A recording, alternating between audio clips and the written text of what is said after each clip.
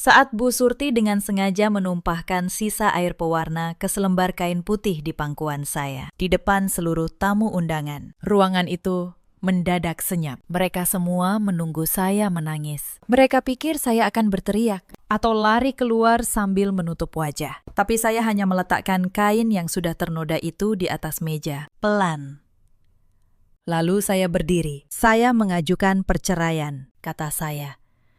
Detik itu juga, semua orang di ruangan terdiam. Cangkir teh berhenti di udara. Bu Surti membeku dengan tangan masih memegang baskom kosong. Dan suami saya, Mas Damar, menatap saya seolah baru pertama kali melihat wajah istrinya sendiri. Halo, sahabat. Selamat datang kembali di kanal ini. Tempat kita berbagi kisah-kisah kehidupan yang mungkin pernah terjadi di sekitar kita. Jika cerita hari ini menyentuh hati Anda, jangan lupa tinggalkan jejak di kolom komentar. Mari kita mulai.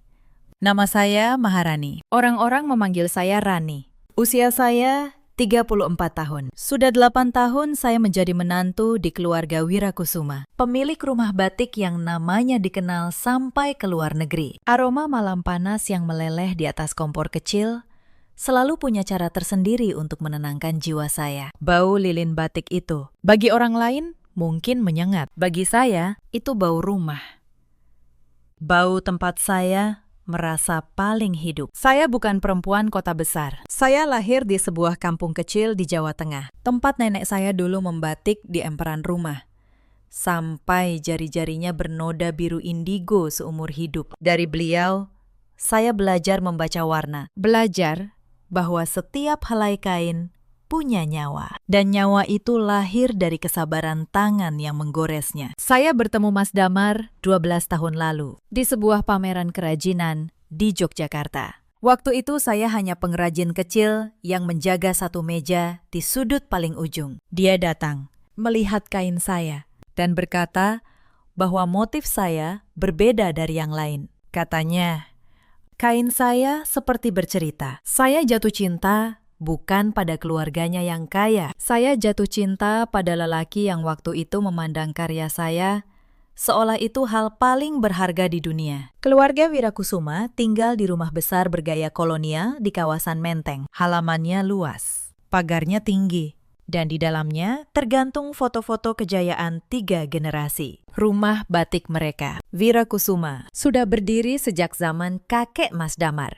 Tapi yang tidak banyak orang tahu, sejak 1 dekade terakhir, nama besar itu nyaris kehilangan napasnya. Penjualan menurun. Motif-motif lama dianggap kuno. Pembeli berpindah ke merek lain yang lebih segar. Sampai akhirnya saya datang. Saya tidak akan membual, tapi izinkan saya menceritakan apa adanya. 3 koleksi yang menyelamatkan Wirakusuma dari kebangkrutan. Semuanya lahir dari tangan saya. Motif embun pagi, motif akar langit, dan motif senja tua yang akhirnya menembus pasar ekspor ke Jepang dan Belanda. 3 koleksi itu yang membuat rumah batik ini kembali punya nama. Saya merancangnya. Saya yang meracik pewarna alaminya. Formula yang saya kembangkan sendiri selama bertahun-tahun. Mencampur indigo, kayu tinggi, dan mengkudu sampai menemukan warna yang tidak bisa ditiru bengkel manapun. Saya yang melatih para pengrajin. Saya yang duduk berjam-jam menemui pembeli dari luar negeri. Tapi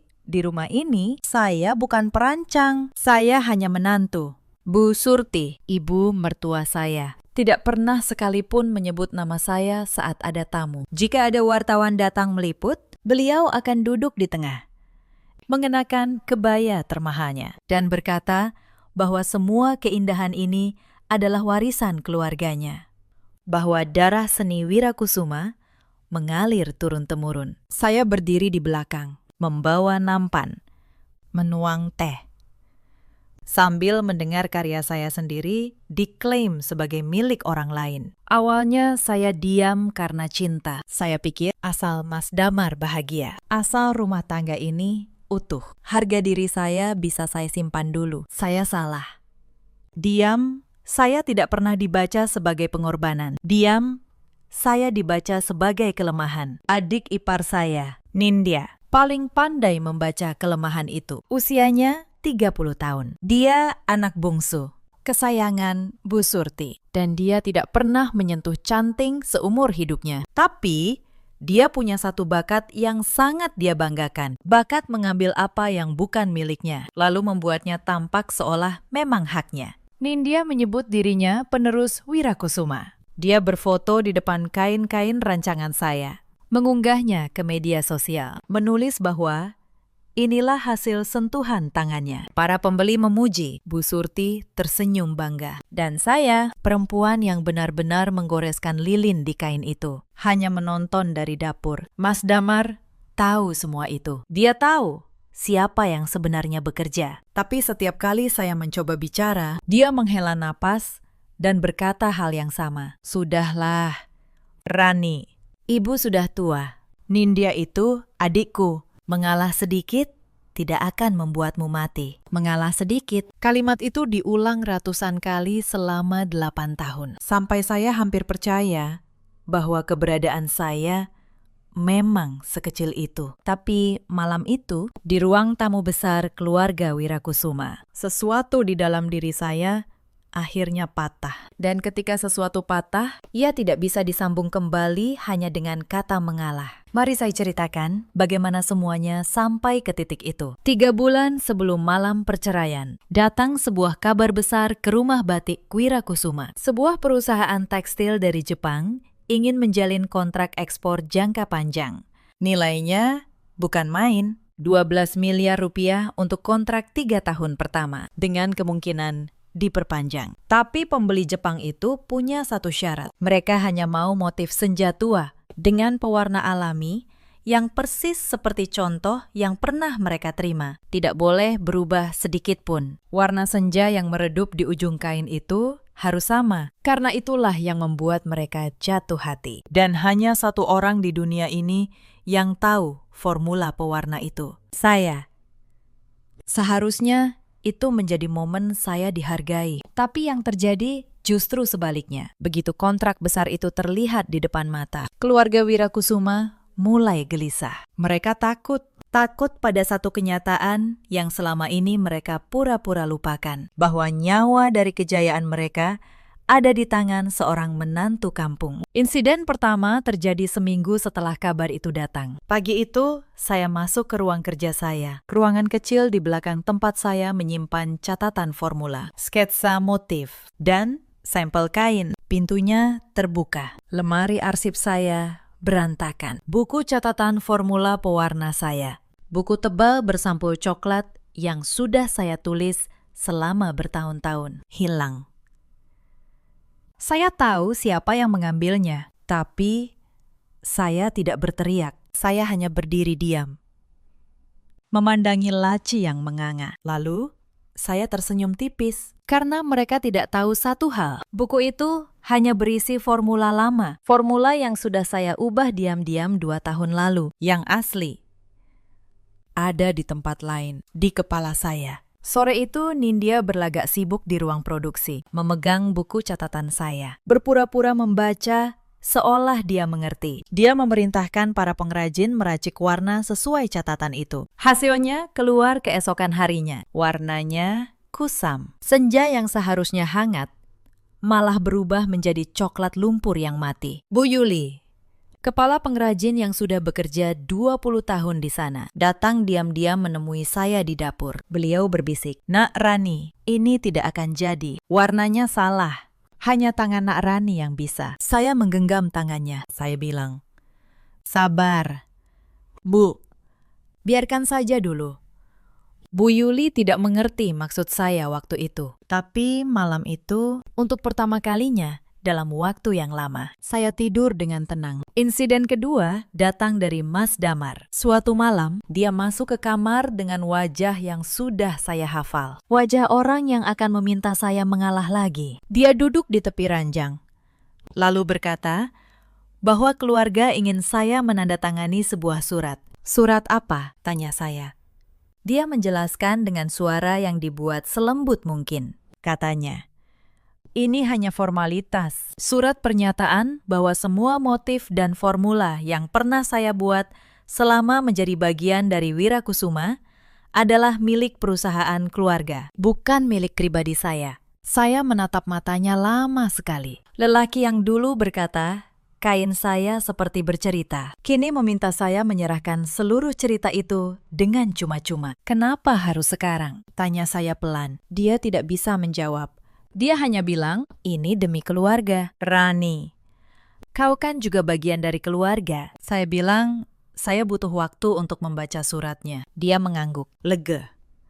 Mengira saya akan menurut seperti biasa. Malam itu saya membaca surat itu sampai pagi, setiap kalimatnya. Dan saya tahu, ini bukan formalitas. Ini perampokan yang ditulis dengan bahasa hukum yang rapi. Saya tidak menandatanganinya. Tapi saya juga tidak menolak terang-terangan. Saya hanya berkata bahwa saya ingin seorang notaris menjelaskan isinya lebih dulu, supaya saya paham betul. Permintaan yang terdengar wajar. Permintaan yang membuat mereka tidak curiga. Esoknya, diam-diam, saya menghubungi seseorang. Namanya Pak Hartono. Beliau notaris. Teman lama almarhum ayah saya. Orang yang sudah saya anggap seperti paman sendiri. Saya menceritakan semuanya. Dan dari beliau, saya belajar sesuatu yang mengubah segalanya. Pak Hartono bertanya, Rani, koleksi-koleksi itu, motif embun pagi, akar langit, senja tua, kau daftarkan atas nama siapa? Saya terdiam. Karena jawabannya adalah tidak atas nama siapapun. Selama ini, tidak ada yang pernah mendaftarkannya secara resmi. Tidak Bu Surti, tidak Nindya, tidak juga perusahaan. Karya itu seperti anak yang lahir tanpa akta. Ada. Hidup. Menghasilkan uang. Tapi secara hukum tak bertuan. Pak Hartono menatap saya. Berarti secara hukum, pencipta motif itu adalah orang yang bisa membuktikan dialah yang merancangnya. Kau punya buktinya? Saya punya. Saya punya semua sketsa awal bertanggal, foto-foto proses. Catatan harian kerja saya bertahun-tahun, bahkan rekaman saat saya mengajari para pengrajin. Semua tersimpan rapi, karena diam-diam, jauh di dalam hati. Mungkin saya sudah lama tahu hari ini akan datang. Kalau begitu, kata Pak Hartono pelan, kita masih punya waktu. Tapi, kau harus bergerak sebelum mereka. Insiden ketiga membuat saya sadar betapa busuknya rencana mereka. Suatu siang, saya tidak sengaja mendengar percakapan dari balik pintu ruang tamu. Suara Bu Surti dan Nindya. Mereka pikir saya sedang di pasar. Setelah dia tanda tangan surat itu, kita tidak butuh dia lagi, kata Nindya. Kontrak Jepang itu atas nama perusahaan. Formula sudah jadi milik kita. Dia mau pergi, silakan. Dia kembali ke kampungnya. Jadi pengrajin kecil seperti dulu. Bu Surti tertawa kecil. Sejak awal aku memang tidak suka anak kampung itu masuk ke keluarga kita. Untung dia ada gunanya.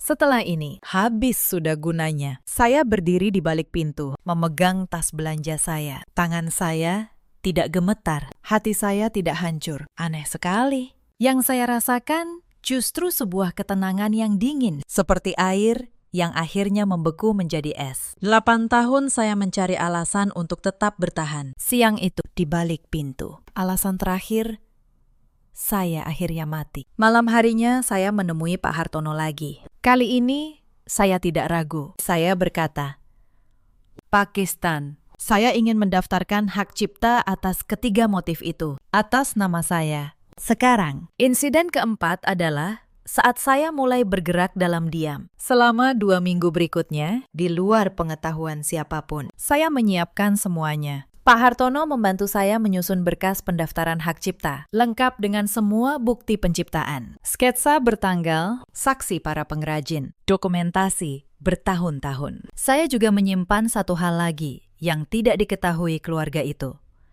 Sebuah surat dari pihak pembeli Jepang. Ternyata perusahaan Jepang itu, sebelum mengirim penawaran resmi, pernah mengirim email langsung kepada saya. Mereka memuji motif senja tua dan menyebut nama perancangnya, yaitu saya. Karena nama saya tercantum di kartu kecil yang selalu saya selipkan di setiap kain ekspor. Email itu masih tersimpan. Bukti hitam di atas putih bahwa pembeli mengenal saya, bukan Nindya, bukan Bu Surti. Saya tidak memberitahu siapapun, saya tetap menuang teh.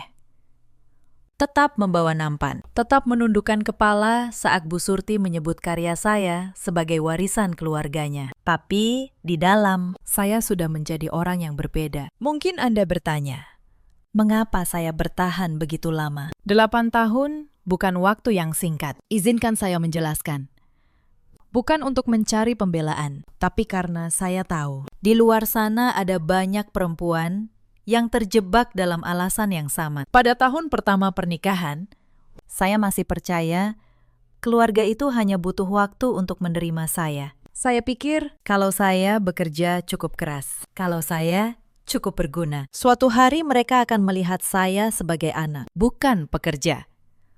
Maka saya bekerja. Saya bangun sebelum subuh, menyalakan kompor lilin, menyiapkan bahan untuk para pengrajin. Saya tidur paling akhir, setelah memastikan setiap kain selesai sesuai standar yang saya tetapkan sendiri. Pada tahun ketiga, koleksi pertama saya, motif embun pagi, terjual habis dalam 2 minggu. Untuk pertama kalinya dalam 5 tahun. Rumah Batik Wirakusuma mencetak untung besar. Malam itu, saya berharap setidaknya ada ucapan terima kasih. Yang saya dapat justru sebaliknya. Bu Surti berkata kepada para tamu bahwa keberuntungan keluarga sedang kembali. Keberuntungan, seolah motif yang saya rancang selama berbulan-bulan itu turun dari langit. Bukan lahir dari jari-jari saya yang melepuh karena lilin panas. Saya menelan kekecewaan itu. Saya bilang pada diri sendiri, tidak apa-apa.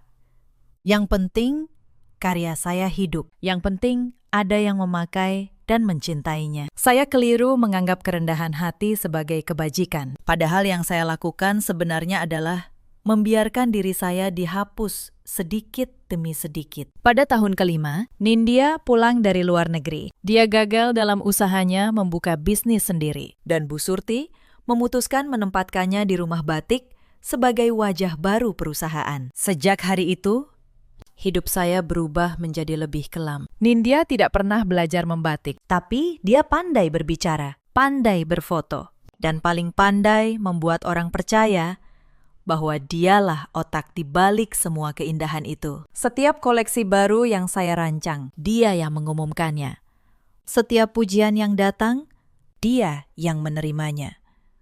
Saya menjadi bayangan di rumah saya sendiri. Saya ingat satu peristiwa yang masih terasa perih sampai hari ini. Saat itu, sebuah majalah ternama datang meliput. Mereka ingin memotret sang perancang motif akar langit. Koleksi yang waktu itu sedang viral. Saya sudah bersiap mengenakan kebaya terbaik saya. Karena untuk sekali ini, saya berharap bisa berdiri di depan. Tapi Bu Surti menarik lengan saya di dapur dan berkata, biar Nindya saja.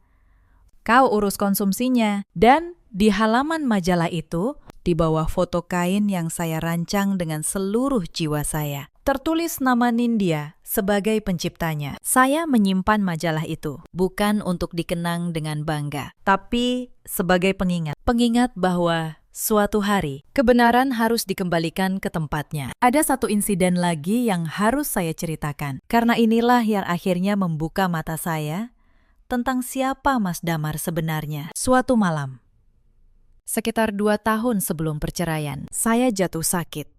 Demam tinggi, badan menggigil. Saya sudah bekerja tanpa henti selama berminggu-minggu menyelesaikan pesanan besar. Malam itu saya hampir tidak bisa bangun dari tempat tidur. Tapi pagi harinya ada pengiriman penting yang harus saya awasi sendiri. Karena hanya saya yang tahu cara memeriksa kualitas warna. Saya meminta Mas Damar menundanya 1 hari. Hanya 1 hari. Supaya saya bisa pulih. Dia menatap saya, lalu berkata, Rani, pesanan ini penting. Ibu sudah janji ke pembeli. Kau bisa kan? Sebentar saja. Dia tidak bertanya bagaimana keadaan saya. Dia tidak menyentuh dahi saya. Dia hanya memikirkan pesanan.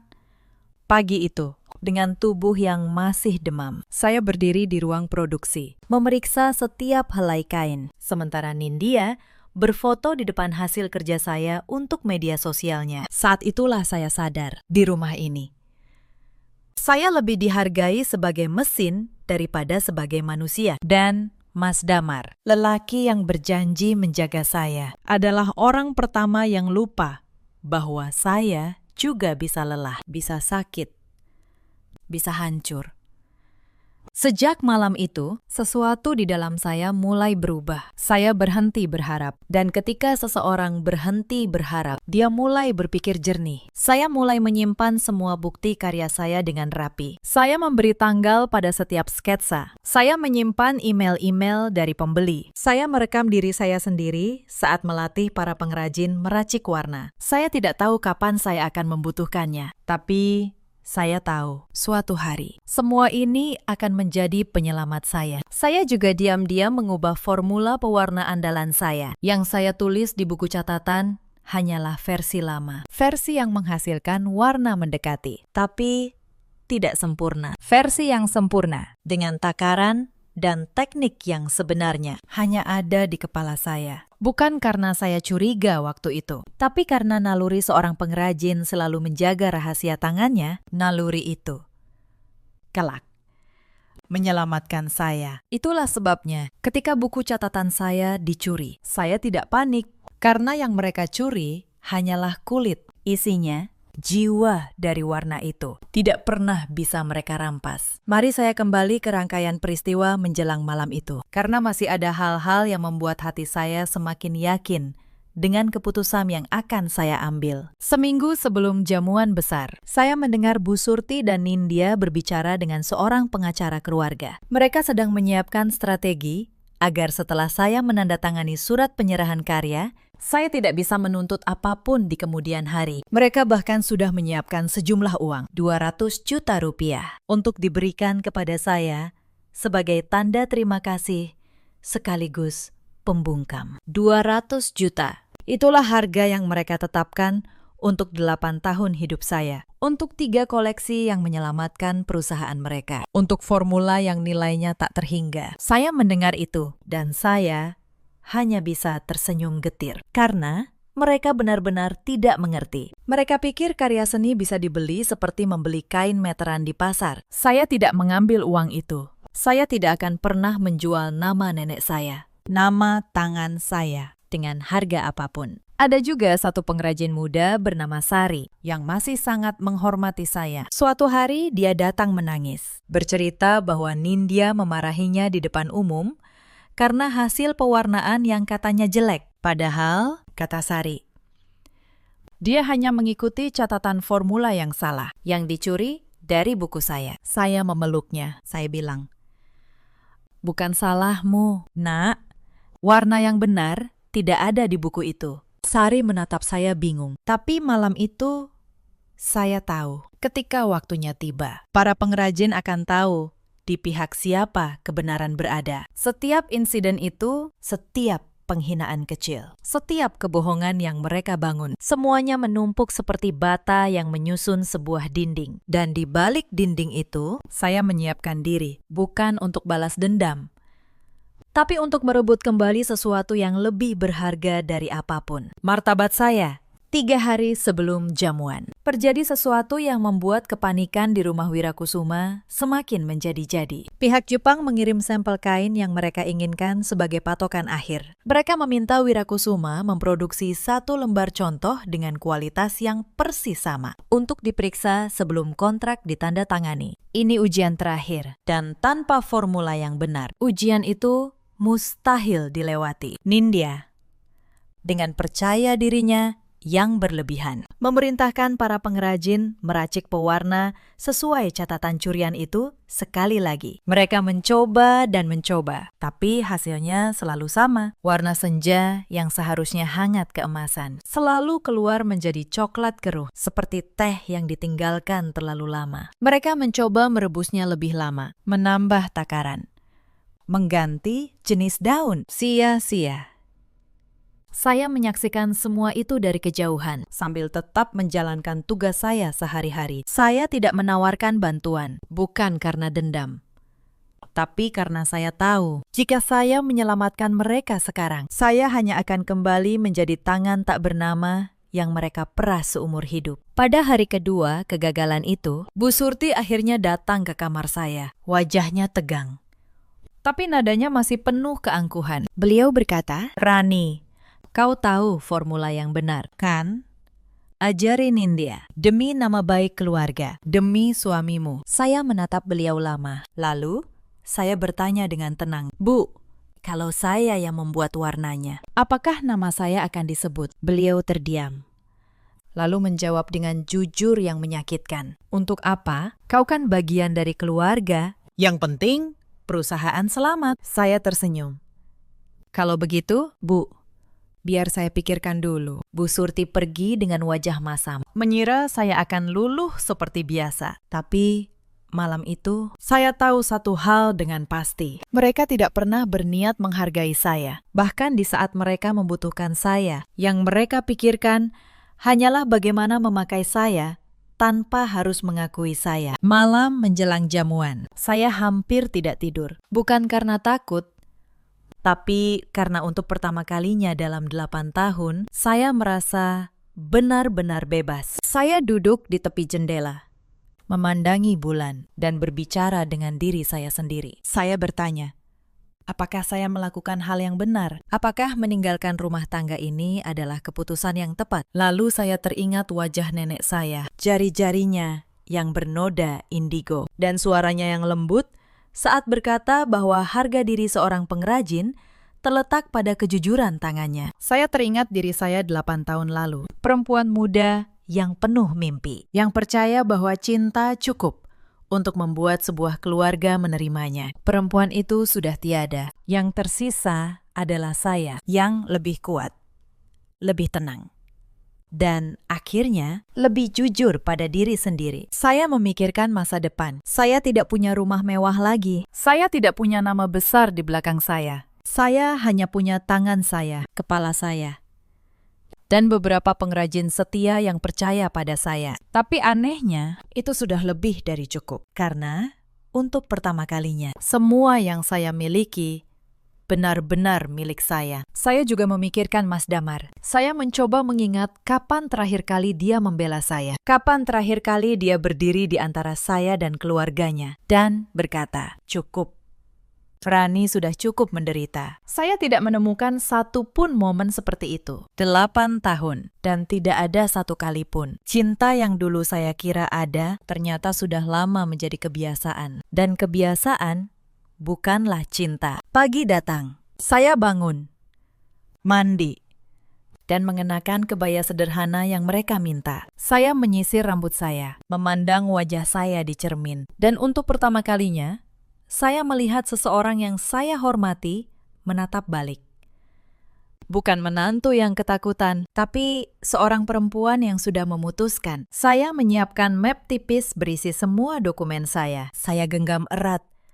Lalu saya melangkah turun ke ruang tamu. Tempat panggung mereka sedang disiapkan. Tempat babak terakhir hidup saya di rumah ini akan segera dimulai. Sepanjang siang itu, saya menjalankan tugas saya seperti biasa. Saya menata meja, memastikan teh tersedia, mengatur kursi para tamu. Para pengrajin memandang saya dengan iba, mengira saya hanya pelayan di pesta kemenangan keluarga yang menindas saya. Mereka tidak tahu, di balik ketenangan saya, ada sebuah badai yang sudah siap saya lepaskan. Bu Yuli, satu-satunya yang merasakan ada yang berbeda, mendekati saya dan berbisik, "Nak Rani baik-baik saja." Saya menggenggam tangannya dan berkata, "Hari ini, Bu, semuanya akan kembali ke tempatnya yang benar. Percayalah pada saya." Beliau tidak mengerti, tapi beliau mengangguk karena beliau memang selalu percaya pada saya. Dan ketika malam tiba, ketika lampu kristal menyala,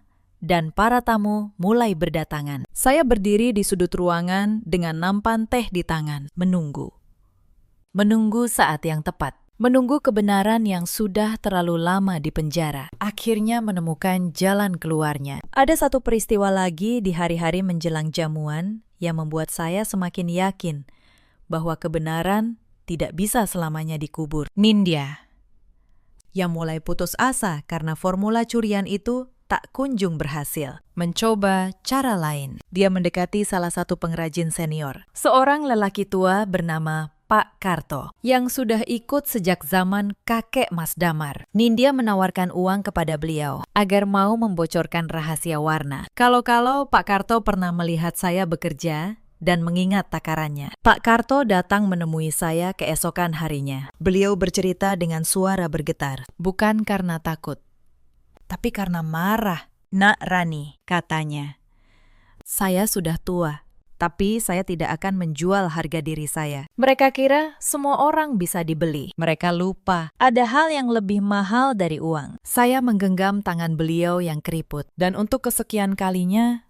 saya sadar kesetiaan sejati tidak lahir dari uang, melainkan dari rasa hormat yang membuat saya terharu. Pak Karto bahkan tidak tahu formula yang benar. Tidak ada satu pengrajin pun yang tahu, karena saya selalu meracik bagian terpenting dari pewarna itu sendirian, di ruang kecil saya, jauh dari mata siapapun. Bukan karena saya tidak percaya pada mereka, tapi karena seperti kata nenek saya, ada rahasia yang harus dijaga seorang pengrajin, sampai dia yakin pada siapa harus mewariskannya. Peristiwa kecil itu menjadi bukti terakhir bagi saya. Bukti bahwa keluarga Wirakusuma dalam keputusasaan mereka bersedia melakukan apa saja untuk merampas apa yang bukan milik mereka. Mereka mencuri buku catatan. Mereka menyiapkan surat penyerahan paksa. Mereka menyiapkan uang pembungkam. Dan kini, mereka mencoba menyuap pengrajin tua yang setia. Semuanya hanya untuk menghindari satu hal sederhana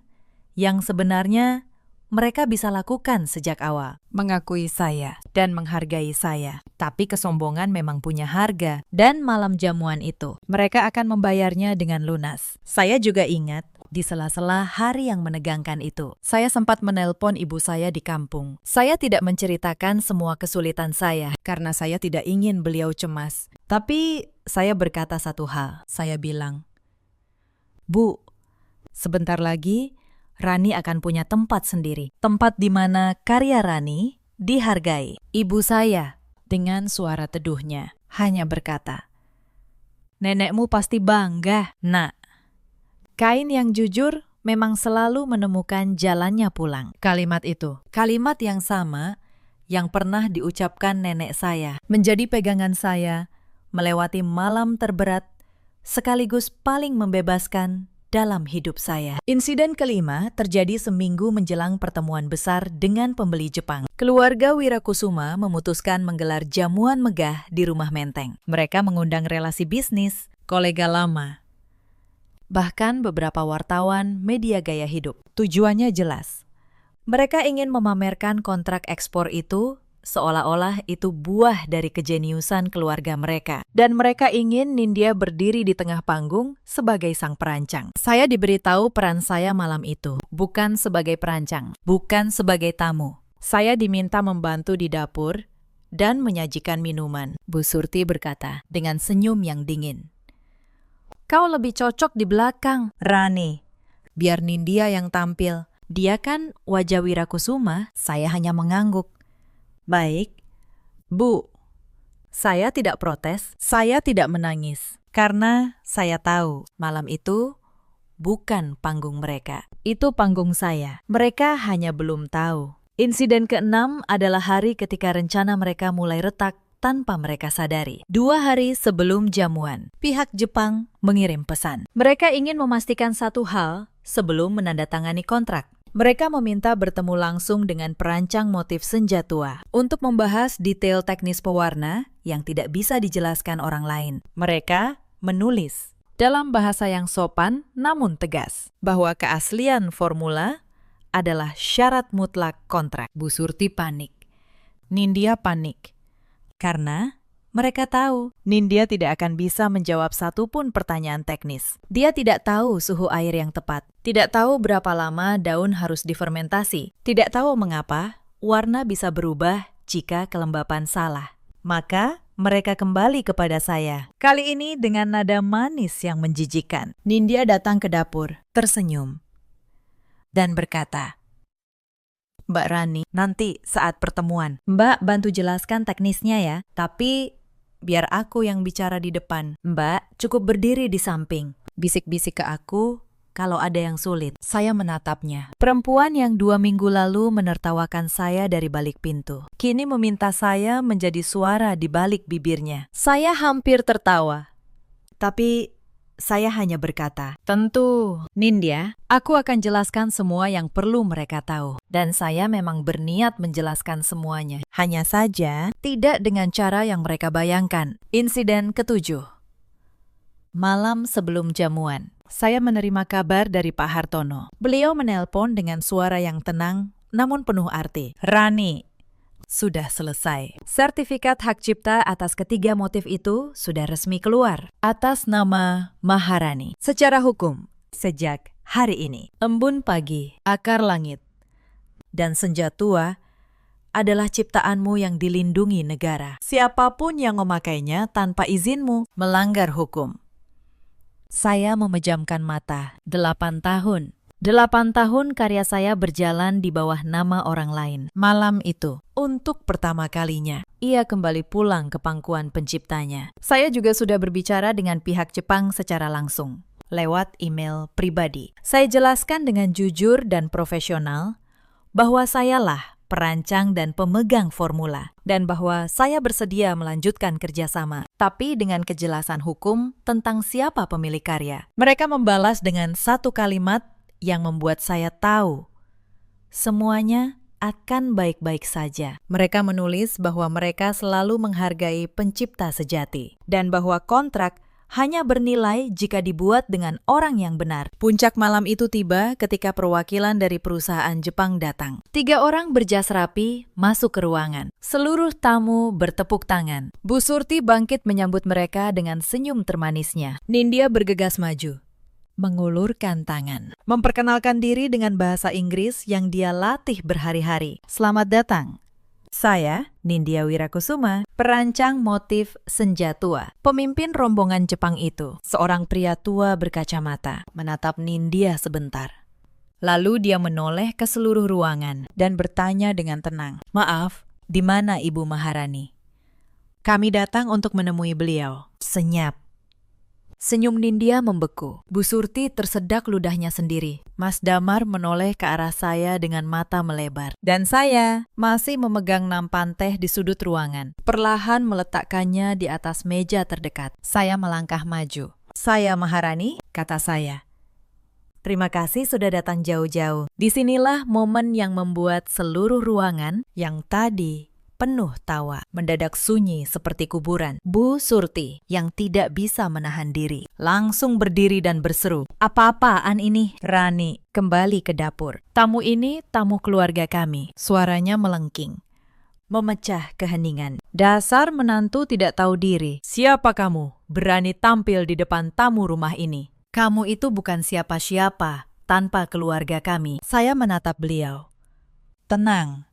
Untuk pertama kalinya dalam 8 tahun, saya tidak menundukkan kepala." "Bu," kata saya pelan, namun cukup keras untuk didengar seluruh ruangan. "Selama 8 tahun, saya memang bukan siapa-siapa di rumah ini. Tapi malam ini, izinkan saya memperkenalkan diri yang sebenarnya." Saya membuka map tipis yang sejak tadi saya simpan. Saya keluarkan lembar pertama. Ini sertifikat hak cipta, resmi, dikeluarkan negara. Motif Embun Pagi, motif Akar Langit, dan motif Senja Tua. Ketiganya terdaftar atas nama saya, Maharani.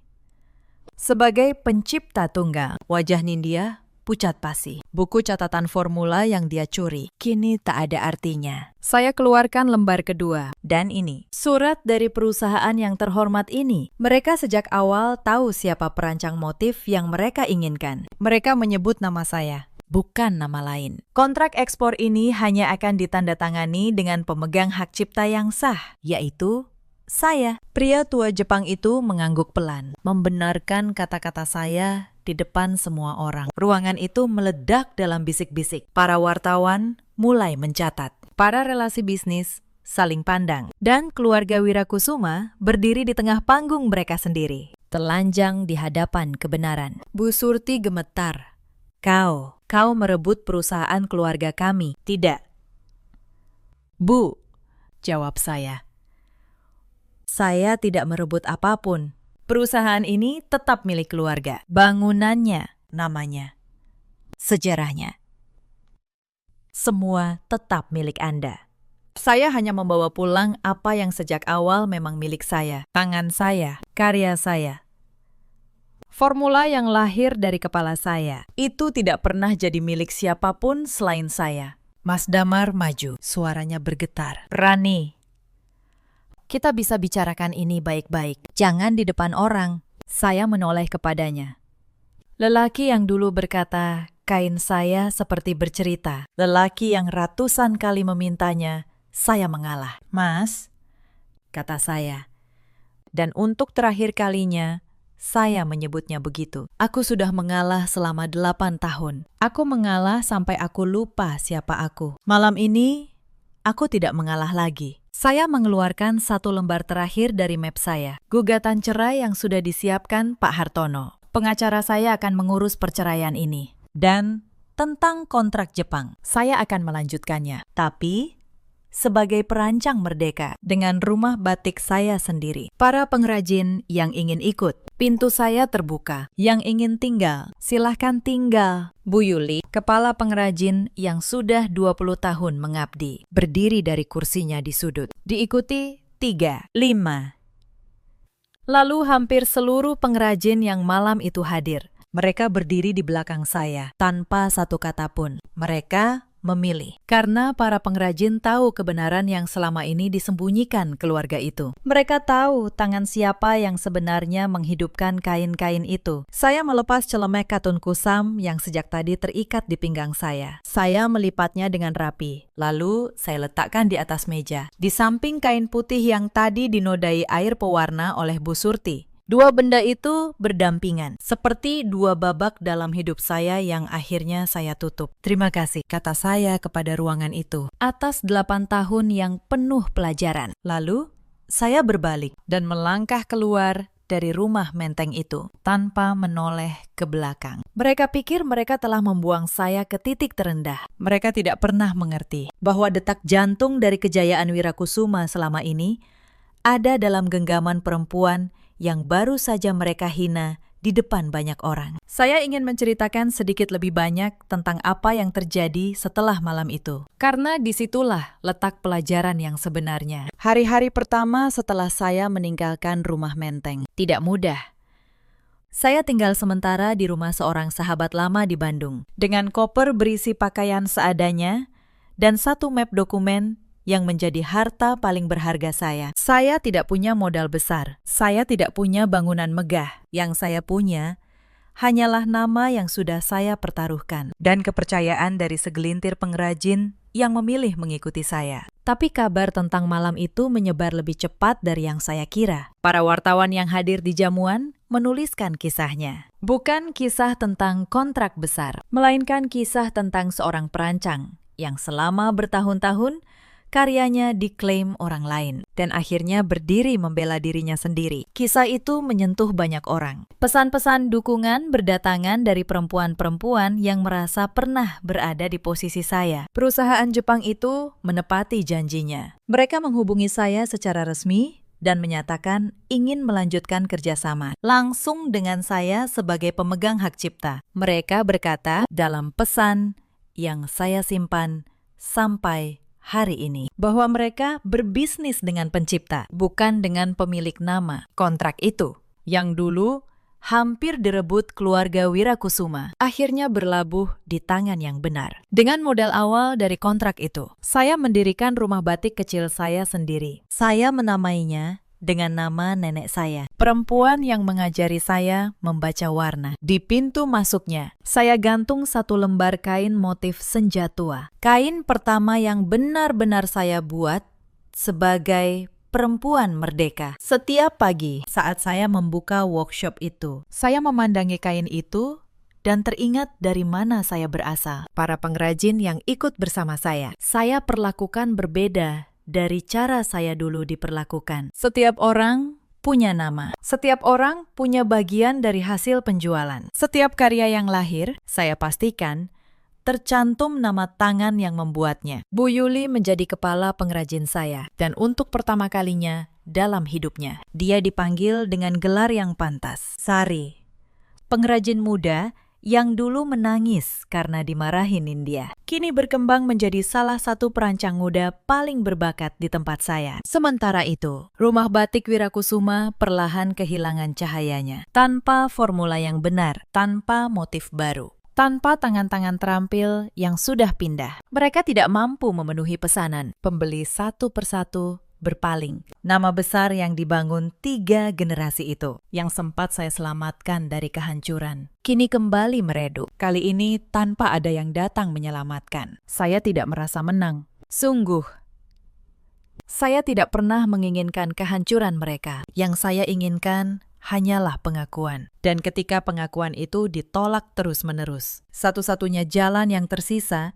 adalah pergi membawa apa yang memang milik saya. Kalau kemudian mereka jatuh, itu bukan karena saya menjatuhkan mereka. Itu karena mereka membangun kejayaan di atas tangan yang mereka anggap remeh. Lalu lupa bahwa tangan itu bisa pergi kapan saja. Nindya, yang dulu menyebut dirinya penerus Wirakusuma, tidak pernah berhasil menciptakan satu karya pun yang dilirik pasar. Foto-fotonya yang dulu penuh pujian, kini sepi, tanpa karya saya untuk dia pamerkan. Dunia akhirnya melihat siapa dia sebenarnya. Sebuah nama tanpa tangan, sebuah wajah tanpa karya. Bu Surti, yang dulu duduk bagai ratu di kursi utama, menjadi semakin pendiam. Beberapa kali saya mendengar kabar bahwa beliau menyesali keputusannya, tapi penyesalan yang datang setelah semuanya hilang hanyalah bayangan dari apa yang seharusnya menjadi kebijaksanaan sejak awal. Dan Mas Damar, dia pernah datang sekali, berdiri di depan pintu workshop saya dengan wajah lelah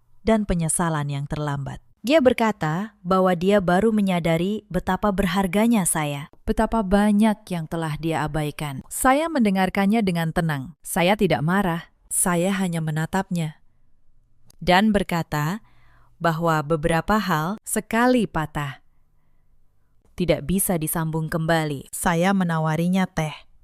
Kami berbincang sebentar tentang masa lalu saya mengantarnya pulang. Tidak ada air mata, tidak ada teriakan, hanya 2 orang dewasa yang akhirnya menutup sebuah bab dengan damai. Setelah dia pergi malam itu, saya berdiri sendiri di workshop saya yang sederhana. Saya memandangi kain-kain yang tergantung, warna-warna yang lahir dari tangan saya sendiri. Dan untuk pertama kalinya, dalam waktu yang sangat lama, saya merasakan kedamaian yang utuh. Bukan kedamaian orang yang menang, tapi kedamaian orang yang akhirnya pulang ke dirinya sendiri. Saya menarik napas dalam-dalam. Aroma malam panas dan pewarna alami memenuhi udara. Bau rumah, bau tempat saya merasa paling hidup. Di luar jendela, langit Bandung mulai cerah. Dan saya tahu, lembaran baru hidup saya baru saja dimulai. Cerita ini mengajarkan satu hal sederhana. Kebaikan yang terus-menerus diam sering disalahartikan sebagai kelemahan. Tapi diam bukan berarti kalah. Kadang, diam adalah cara seseorang menabung kekuatan sampai tiba saatnya berdiri. Di luar sana, ada banyak perempuan seperti saya dulu. Perempuan yang karyanya diakui orang lain, yang pengorbanannya dianggap kewajiban, yang diamnya diinjak-injak. Jika Anda salah satunya, ingatlah, nilai Anda tidak ditentukan oleh seberapa keras orang lain mencoba mengecilkannya. Ada juga banyak suami seperti Mas Damar, lelaki yang tahu mana yang benar, tapi memilih diam demi kenyamanan. Ketahuilah, diam di depan ketidakadilan adalah bentuk pengkhianatan yang paling halus. Dan ada pula para ibu mertua yang takut kehilangan kuasa, sampai lupa bahwa rumah yang dibangun di atas penindasan tidak akan pernah benar-benar berdiri kokoh. Dalam hidup, kita semua punya pilihan. Pilihan untuk terus menunduk, atau pilihan untuk akhirnya berdiri tegak dan berjalan di atas kaki kita sendiri. Saya memilih berdiri, dan saya tidak pernah menyesalinya. Bagaimana dengan Anda? Jika kisah ini menyentuh hati Anda, ceritakan kisah kalian di kolom komentar. Terima kasih sudah menemani saya sampai akhir. Sampai jumpa di cerita berikutnya. Hailer jangan ditempel ke engine tas. Voice, một giọng nữ Indonesia trưởng thành. Register saya. Gợi ý, engine speed equals 1, zero pitch equals 0, language equals Indonesian. Nếu engine hỗ trợ global emotion, B1 to B3 cam sedih, B4 tense leo thang, B5 tegas dingin, B6 hangat xét thủ công, body không nhúng tác, paste below. Malam itu, suami saya melempar selembar surat pengunduran diri ke atas meja makan sambil tertawa. Ia menertawakan pekerjaan saya. Katanya, seorang istri dari calon direktur tidak pantas bekerja di kantor yang menurutnya kelas kampung. Malam itu juga, saya dipaksa berhenti bekerja. Saya dijadikan pembantu tanpa upah di rumah mertua saya sendiri. Mereka semua tersenyum puas saat melihat saya menandatangani surat itu tanpa melawan. Mereka pikir saya sudah kalah. Mereka pikir hidup saya kini sepenuhnya ada di tangan mereka. Jadi saya memilih diam. Saya biarkan mereka percaya pada kemenangan mereka. Sampai keesokan paginya, saat suami saya melangkah masuk ke kantor dengan dada membusung, siap menikmati jabatan barunya. Wajahnya mendadak pucat, seluruh tubuhnya gemetar. Karena perempuan yang semalam ia hina, dan ia paksa menjadi pembantu. Pagi itu sudah duduk di kursi paling tinggi di perusahaan tempatnya bekerja. Dan di tangan saya, sudah ada satu map yang akan meruntuhkan seluruh kesombongannya. Halo, sahabat. Selamat datang kembali di kanal ini. Sebelum kita mulai, tulis dulu di kolom komentar. Kamu menonton dari kota mana? Semoga yang sudah menekan tombol suka dan berlangganan selalu diberi kesehatan dan kelancaran rezeki. Kisah malam ini tentang seorang perempuan yang dianggap tidak ada nilainya. Sampai dunia berbalik dalam satu pagi. Mari kita mulai. Nama saya Larasati. Orang memanggil saya Laras. Usia saya 34 tahun. Saya bekerja sebagai auditor keuangan senior di sebuah perusahaan distribusi di kawasan Sudirman. Sudah 11 tahun saya menekuni angka, laporan, dan jejak transaksi. Saya bukan perempuan yang mudah goyah. Setidaknya, itu yang dulu saya percaya tentang diri saya sendiri. Saya menikah dengan Nando 8 tahun lalu. Waktu itu, ia masih seorang staf biasa. Gajinya kecil, mimpinya besar. Saya yang menemaninya dari titik paling bawah. Saya yang membayar cicilan rumah kontrakan kami di Bekasi Tengah saat ia belum punya apa-apa. Saya yang menyiapkan map lamaran. Melatihnya bicara di depan cermin, menahan tangannya saat ia gemetar sebelum wawancara. Dulu, ia menggenggam tangan saya dan berkata, "Tanpa kamu, saya bukan siapa-siapa." Saya percaya pada kalimat itu. Saya menyimpannya seperti menyimpan harta. Tapi ada satu hal yang tidak pernah saya duga tentang pernikahan, bahwa yang paling menyakitkan bukanlah kemiskinan, bukan pula kesulitan hidup, melainkan saat orang yang dulu menggenggam tanganmu di titik terendah, tiba-tiba merasa dirinya terlalu tinggi untuk berdiri di sampingmu. Itulah yang terjadi pada saya. Perubahan itu datang perlahan. Lalu tiba-tiba, tahun lalu, Nando dipromosikan menjadi kepala bagian di perusahaannya. Sebuah perusahaan logistik yang cukup besar di kawasan Kuningan. Sejak hari itu, ada sesuatu dalam dirinya yang berubah. Cara ia bicara berubah. Cara ia menatap saya berubah. Cara ia menyebut pekerjaan saya pun berubah. Dulu, ia bangga punya istri yang mandiri. Sekarang, ia mulai menyebut kantor saya dengan nada merendahkan. Cuma kantor distribusi kecil, katanya. Suatu malam, ngapain capek-capek? Gajinya juga tidak seberapa. Saya hanya tersenyum waktu itu. Saya pikir itu hanya lelah biasa. Saya salah. Tanda-tanda lain mulai bermunculan. Satu persatu. Suatu malam, kami diundang ke acara perusahaannya. Saya mengenakan gaun terbaik yang saya punya. Tapi di depan rekan-rekannya, Nando memperkenalkan saya dengan canggung. "Ini istri saya," katanya. "Iya, ya, ibu rumah tangga." Padahal saat itu saya masih bekerja. Saat saya mencoba meralat, ia menekan lengan saya pelan, isyarat agar saya diam. Malam itu, di mobil, dalam perjalanan pulang, saya bertanya, "Kenapa?" Ia hanya menjawab, "Di lingkungan saya, istri yang kerja kantoran kecil itu kurang pantas dibanggakan." Saya terdiam sepanjang sisa perjalanan. Untuk pertama kalinya, saya merasa menjadi sesuatu yang ia sembunyikan. Sejak malam itu, saya mulai memperhatikan banyak hal yang dulu tidak saya lihat. Cara ia menghindar saat saya bercerita tentang pekerjaan. Cara ia memotong ucapan saya di depan orang lain. Cara ia memuji istri-istri rekannya yang hanya tinggal di rumah. Setiap hal kecil itu menumpuk perlahan, seperti retakan halus di dinding yang tampak kokoh. Mertua saya, Bu Sutina, ikut memperkeruh keadaan. Beliau tinggal bersama kami sejak Nando dipromosikan, katanya, biar bisa mengurus calon direktur. Setiap pagi, beliau membandingkan saya dengan menantu tetangga. Lihat itu, istri Pak Hartono, di rumah saja. Mengurus suami sepenuh hati. Kamu ini pulang malam terus. Suami diurus siapa? Saya menyimak dalam diam. Saya pikir mungkin beliau hanya butuh waktu untuk mengenal saya. Lagi-lagi, saya salah.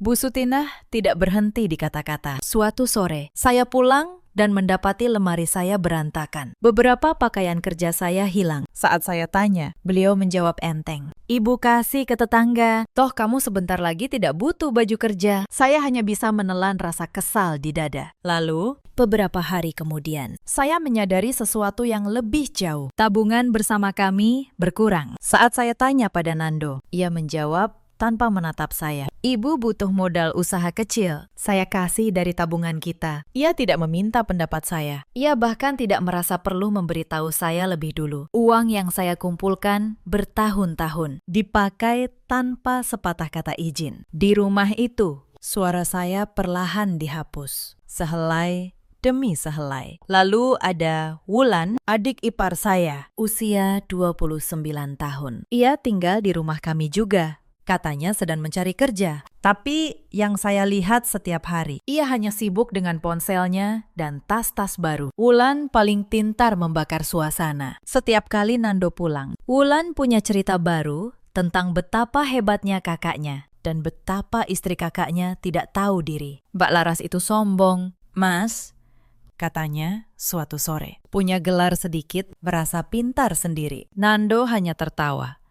Tawa yang dulu hangat kini terdengar asing di telinga saya. Puncaknya datang pada satu malam di bulan kemarin. Nando pulang dengan wajah berseri. Begitu masuk rumah, ia langsung memanggil seluruh isi rumah ke ruang makan. Bu Sutinah datang dengan senyum lebar. Wulan ikut duduk. Matanya berbinar. Saya yang baru selesai mencuci piring, ikut duduk di ujung meja. Saya dapat kabar besar, kata Nando. Bulan depan akan ada perombakan besar di perusahaan saya. Posisi direktur operasional kemungkinan jatuh ke tangan saya. Bu Sutinah langsung menangkupkan tangan, memuji-muji anaknya. Wulan bertepuk tangan kecil. Saya ikut tersenyum. Saya ucapkan selamat dengan tulus. Tapi senyum saya tidak bertahan lama. Nando menatap saya. Senyumnya berubah dingin. Tapi ada satu syarat, katanya pelan. Seorang calon direktur tidak boleh punya istri yang kerja di tempat kelas bawah. Itu memalukan. Itu menurunkan wibawa saya. Saya menatapnya. Tidak percaya. Maksud kamu apa, Mas? Tanya saya. Nando menarik napas, lalu berkata dengan nada yang membuat dada saya dingin. Mulai besok, kamu berhenti kerja. Kamu di rumah saja. Urus ibu. Urus rumah. Urus saya. Itu tugas seorang istri yang benar. Ruangan itu hening sejenak. Lalu Bu Sutinah tersenyum puas. Nah, begitu, katanya. Akhirnya kamu sadar juga posisimu. Wulan menahan tawa di balik telapak tangannya. Saya merasa seperti barang yang sedang ditawar di pasar. Saya, perempuan yang 11 tahun membangun karir dengan tangan sendiri. Malam itu diminta menghapus semuanya hanya demi gengsi seorang laki-laki. Saya mencoba bicara. Mas, pekerjaan ini bukan sekadar gaji buat saya. Ini hidup saya. Tapi Nando memotong. Hidup kamu sekarang adalah saya, katanya tajam. Tanpa saya. Kamu siapa? Kalimat itu menusuk lebih dalam dari yang ia tahu. Karena dulu, kalimat itu pernah ia ucapkan tentang dirinya sendiri. Dengan saya sebagai jawabannya. Sekarang ia membaliknya seperti pisau. Malam itu, ia benar-benar menyiapkan surat pengunduran diri. Ia mencetaknya sendiri. Ia letakkan di depan saya bersama sebuah pena. Tanda tangani, katanya. Bu Sutinah berdiri di belakangnya, mengawasi. Wulan merekam diam-diam dengan ponselnya. Entah untuk apa. Saya menatap surat itu lama sekali. Saya tahu, jika saya melawan malam itu, rumah ini akan jadi neraka. Tapi bukan karena takut saya menandatanganinya, melainkan karena saat itu, sebuah pikiran lain mulai tumbuh di kepala saya. Sebuah pikiran yang belum mereka sadari. Saya ambil pena itu. Saya tanda tangani surat itu dengan tenang. Mereka pikir mereka menang. Mereka tersenyum. Saling pandang. Puas. Yang tidak mereka tahu, saya menandatangani surat itu bukan karena menyerah. Saya menandatanganinya karena saya tahu sebentar lagi surat ini tidak akan ada artinya sama sekali. Malam itu, saya berbaring di tempat tidur sambil menatap langit-langit. Di samping saya, Nando sudah tidur pulas, tanpa beban sedikit pun. Ia merasa telah memenangkan sesuatu, padahal ia baru saja kehilangan satu-satunya orang yang benar-benar mencintainya. Saya tidak menangis malam itu. Air mata saya sudah habis jauh sebelum hari ini. Yang tersisa di dada saya hanyalah satu hal, ketenangan.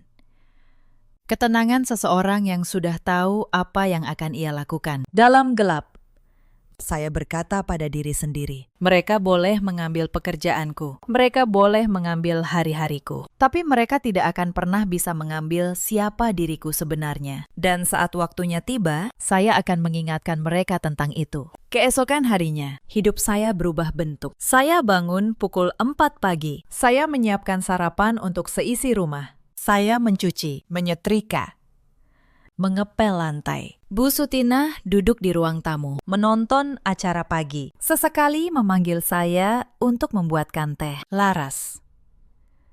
Tehnya kurang manis. Ulangi. Laras. Lantai kamar mandi masih licin. Sikat lagi. Saya menurut. Tanpa membantah, tanpa ekspresi. Tidak berhenti sampai di situ. Seminggu setelah saya berhenti kerja, Bu Sutinah meminta sesuatu yang lebih jauh. Suatu malam, beliau mengumpulkan saya dan Nando di ruang tamu. Laras, katanya. Sekarang kamu tidak kerja lagi, tidak pantas pegang uang sendiri. Serahkan semua kartu ATM dan buku tabunganmu ke Nando. Biar suamimu yang atur. Saya menatap Nando, berharap ia membela saya. Tapi ia hanya mengangguk setuju. Betul, kata Nando.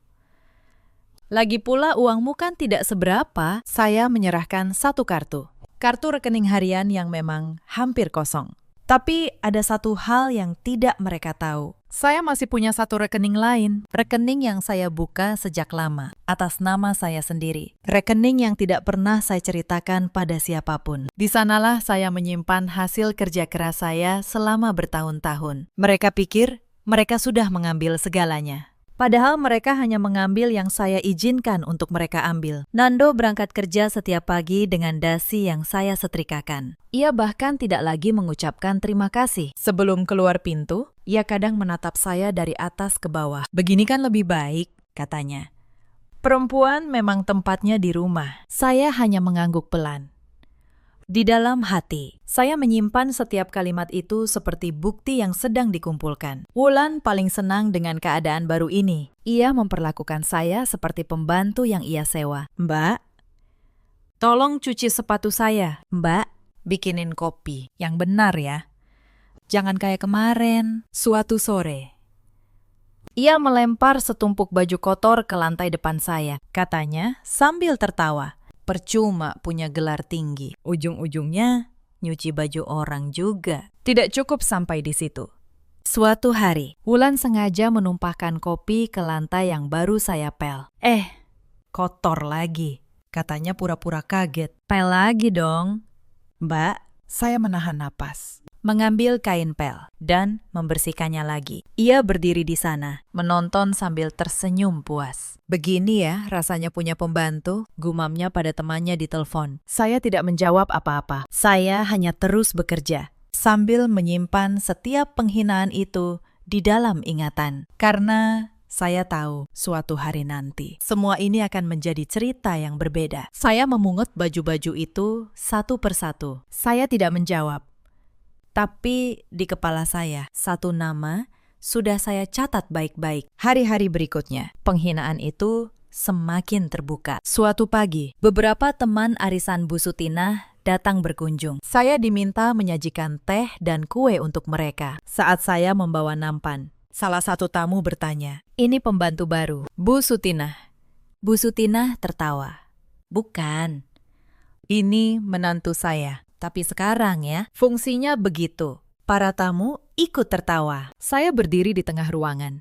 dengan nampan di tangan, ditertawakan di rumah saya sendiri. Saya tidak menangis. Saya hanya meletakkan nampan itu dengan tenang, lalu kembali ke dapur. Malam harinya, ada lagi kejadian yang membuat dada saya sesak. Wulan mengundang teman-temannya untuk menginap. Mereka membuat rumah berantakan sampai dini hari. Pagi-pagi, saya yang harus membereskan semuanya. Saat saya menyapu sisa makanan di lantai, Wulan lewat sambil berkata, "Untung ada Mbak. Ya, rajin banget jadi pembantu." Teman-temannya tertawa. Saya tetap menyapu tanpa mengangkat wajah. Di dalam hati, saya berkata pada diri sendiri, "Bersabarlah sedikit lagi, sebentar lagi." Tapi yang paling menyakitkan bukan datang dari Bu Sutinah atau Wulan. Yang paling menyakitkan datang dari Nando. Suatu malam, saat saya membawakan makan malam ke kamarnya, ia sedang menelpon temannya. Saya mendengar ia tertawa, lalu berkata, "Istri saya sekarang sudah jadi ibu rumah tangga biasa. Dulu sih kerja, tapi ya, kelasnya bukan untuk orang seperti saya." Saya berdiri di balik pintu, memegang nampan, mendengar setiap kata. Lelaki yang saya bangun dari nol, kini menjadikan saya bahan candaan di telepon. Malam itu, saya tidak tidur.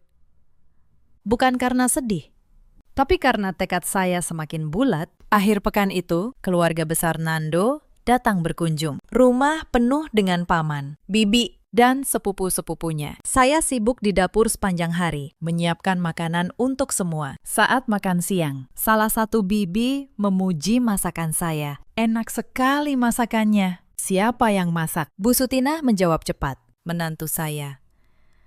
"Untung dia sekarang di rumah, jadi ada yang ngurus. Dulu dia sok sibuk kerja, sekarang baru tahu tempatnya di mana." Seluruh ruangan tertawa. Nando ikut tertawa, tanpa sedikit pun membela saya. Saya berdiri di pintu dapur dengan piring di tangan. Menjadi tontonan.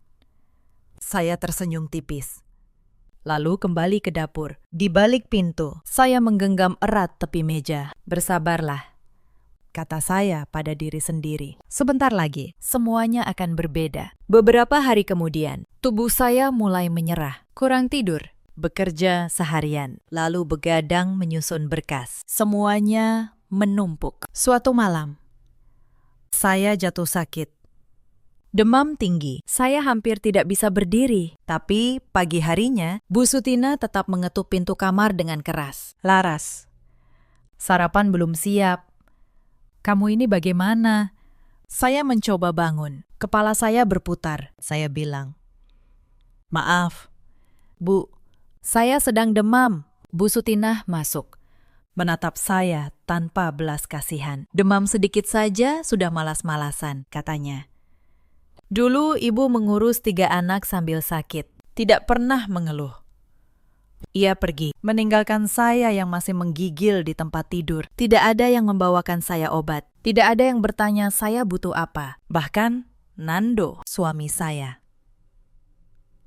hanya melirik sekilas sebelum berangkat kerja. "Jangan manja," katanya. "Minum air putih saja, nanti juga sembuh."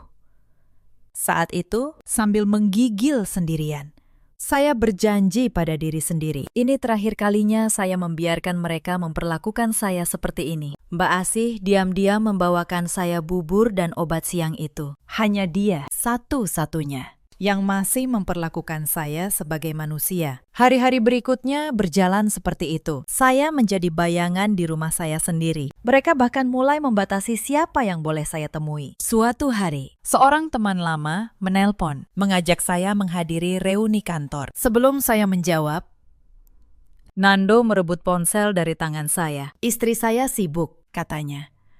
Lalu menutup telepon. Saya menatapnya, tidak percaya. "Itu teman saya." "Mas," kata saya. "Teman dari dunia yang sudah kamu tinggalkan," jawabnya dingin.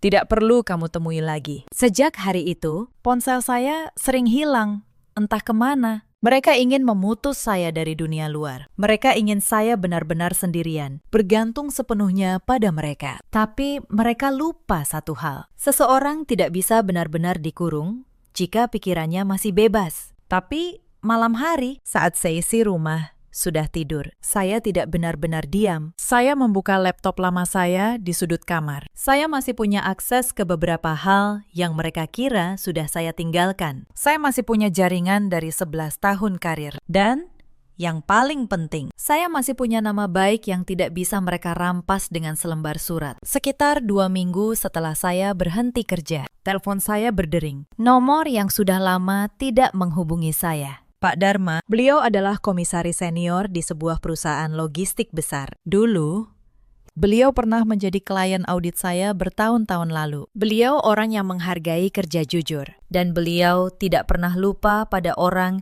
yang pernah menyelamatkan perusahaannya dari laporan keuangan yang berantakan. Laras, kata beliau di telepon, perusahaan kami sedang ada masalah besar. Kami butuh orang yang bisa dipercaya. Saya ingin bertemu denganmu. Saya menyetujui pertemuan itu. Saya keluar diam-diam pada pagi hari dengan alasan ke pasar. Saya bertemu Pak Dharma di sebuah kantor di kawasan SCBD. Di ruangan itu, beliau menjelaskan semuanya. Perusahaan logistik mereka sedang dalam krisis kepercayaan. Ada dugaan penyalahgunaan anggaran di salah satu divisi. Dewan Komisaris memutuskan untuk merombak total jajaran pimpinan. Dan mereka membutuhkan seorang direktur baru yang bersih, yang paham audit, yang tidak punya kepentingan dengan permainan lama di dalam. Pak Dharma menatap saya. Kami ingin kamu, Laras, sebagai direktur utama yang baru. Saya tidak langsung menanggapi. Pak Dharma melanjutkan. Suaranya pelan, tapi tegas. Saya tahu kamu sudah lama tidak di dunia korporat besar, katanya. Tapi justru itu yang kami butuhkan. Orang yang bersih, yang tidak terikat dengan permainan lama. Saya sudah memantau jejakmu sejak dulu, Laras. Kamu satu-satunya auditor yang berani menolak saat diminta menutupi angka. Perusahaan ini butuh orang seperti itu sekarang. Saya mendengarkan setiap kata beliau dengan saksama. Di dalam dada saya, sesuatu yang lama padam mulai menyala kembali. Harga diri yang 2 minggu terakhir diinjak-injak, perlahan bangkit. Saya terdiam beberapa saat, bukan karena ragu, tapi karena pelan-pelan sebuah gambaran mulai tersusun di kepala saya. Saya bertanya, perusahaan logistik mana? Pakistan. Pak Dharma menyebut sebuah nama. Dan saat nama itu keluar dari mulut beliau, jantung saya berhenti sejenak. Itu adalah perusahaan tempat Nando bekerja. Perusahaan yang sama, yang katanya akan menjadikannya direktur operasional bulan depan. Saya tidak langsung menjawab. Saya minta waktu untuk membaca seluruh berkas terlebih dahulu. Pak Dharma menyerahkan satu map tebal kepada saya. Pelajari ini dulu, katanya. Ini hasil audit awal divisi operasional. Saya membawa map itu pulang. Tersembunyi di dalam tas belanja. Malam itu, setelah semua tidur, saya membukanya. Dan apa yang saya temukan di dalam membuat tangan saya dingin. Di dalam map itu, tercatat serangkaian penyimpangan anggaran di divisi operasional. Pengeluaran fiktif untuk proyek yang tidak pernah ada. Tagihan vendor yang digelembungkan. Dana perjalanan dinas yang dipakai untuk keperluan pribadi. Dan di hampir setiap dokumen yang bermasalah, ada satu nama yang berulang sebagai penanggung jawab. Nama suami saya, Nando. Saya membaca berkas itu satu persatu, sampai jauh lewat tengah malam. Saya bukan sedang mencari-cari kesalahan. Saya sedang membaca kebenaran yang selama ini disembunyikan dari saya. Suami yang menghina pekerjaan saya, yang menyebut kantor saya kelas kampung, ternyata sedang membangun jabatannya di atas uang yang bukan haknya. Jabatan yang ia banggakan itu. Ia kejar dengan menutupi jejak yang kotor. Saya menutup map itu. Saya simpan kembali ke tempat yang aman karena waktunya belum tepat. Belum. Selama beberapa malam berikutnya, saya bekerja dalam diam. Setelah seisi rumah tidur, saya kembali membuka berkas itu. Saya cocokkan setiap angka dengan catatan yang saya punya. Saya susun urutannya. Dari penyimpangan paling kecil sampai yang paling besar. Saya buat salinan untuk berjaga-jaga. Saya simpan di tempat yang tidak akan pernah mereka duga. Sebagai auditor, saya tahu satu hal yang tidak diketahui Nando, bahwa angka tidak pernah berbohong. Sehebat apapun seseorang menutupinya, selalu ada jejak yang tertinggal. Dan jejak itu kini ada di tangan saya. Suatu malam, saat saya sedang menyusun berkas, pintu kamar tiba-tiba terbuka. Wulan berdiri di ambang pintu, menatap layar laptop saya. "Mbak ngapain malam-malam?" tanyanya curiga. Saya menutup laptop dengan tenang. "Cuma baca berita," jawab saya. Wulan menatap saya beberapa saat, lalu pergi sambil bergumam. Jantung saya berdebar. Sejak malam itu, saya semakin berhati-hati. Saya hanya membuka berkas saat benar-benar yakin tidak ada yang terjaga. Sebuah kesalahan kecil bisa menghancurkan seluruh rencana. Di tengah semua itu, ada satu orang di rumah yang diam-diam berpihak pada saya. Namanya Mbak Asih, perempuan parubaya yang sudah lama membantu mengurus rumah Bu Sutina. Ia melihat semuanya. Ia melihat bagaimana saya diperlakukan setiap hari. Suatu pagi, saat saya sedang mencuci di belakang, ia mendekat dan berbisik, "Mbak Laras, saya tidak tahu apa yang Mbak rencanakan. Tapi saya tahu Mbak bukan orang biasa. Orang sabar seperti Mbak pasti punya alasan untuk bertahan." Saya hanya tersenyum kecil. "Terima kasih, Mbak Asih," jawab saya. Untuk pertama kalinya dalam 2 minggu, ada seseorang yang melihat saya sebagai manusia, bukan sebagai pembantu. Kebaikan kecil itu memberi saya kekuatan untuk terus bertahan beberapa hari lagi. Selama beberapa hari, saya tetap menjalankan peran sebagai pembantu di rumah sendiri. Saya tetap bangun pukul 4. Saya tetap menyetrika dasi Nando. Saya tetap membuatkan teh untuk Bu Sutina. Tidak ada yang berubah di mata mereka. Tapi di balik wajah tenang itu, saya sedang menyusun langkah dengan sangat hati-hati. Saya menghubungi Pak Dharma. Saya katakan, saya menerima tawaran itu. Tapi saya minta satu hal, tunda pengumuman resmi sampai rapat direksi. Saya ingin semuanya selesai di satu ruangan, di hadapan semua orang yang perlu tahu. Sementara itu, di rumah, Nando semakin tinggi hati. Ia semakin sering pulang larut. Ia semakin sering memamerkan foto-foto pencapaiannya. Suatu malam, ia pulang dengan wajah penuh kebanggaan. Begitu masuk rumah, ia berkata keras, "Minggu depan ada rapat besar direksi. Akan ada pengumuman penting. Saya yakin nama saya yang disebut." Bu Sutina langsung memuji-muji. Wulan bertepuk tangan. Saya yang sedang menata piring hanya mendengar dari kejauhan. Lalu Nando menoleh ke arah saya dengan senyum meremehkan yang sudah sangat saya kenal. "Sayang sekali ya," katanya. "Kalau kamu masih kerja, mungkin kamu bisa sedikit merasakan suasana dunia profesional seperti itu." Bu Sutina tertawa kecil. Wulan ikut mencibir. Saya hanya tersenyum.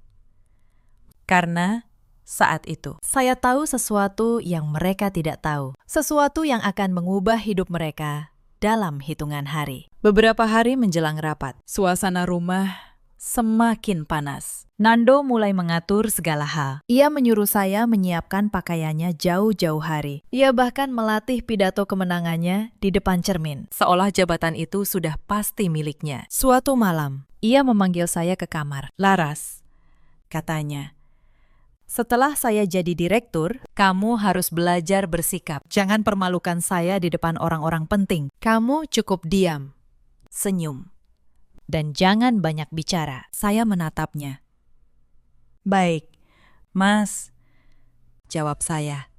"Saya akan ingat itu baik-baik." Ia tersenyum puas, mengira saya sudah benar-benar tunduk. Ia tidak tahu, setiap kalimat merendahkan itu hanya menambah tekad saya. Wulan pun ikut sibuk. Ia merencanakan pesta kecil untuk merayakan kenaikan jabatan kakaknya. Ia memesan kue, menyewa dekorasi, mengundang kerabat. "Mbak," katanya pada saya, "nanti malam perayaan. Mbak yang urus konsumsinya, ya.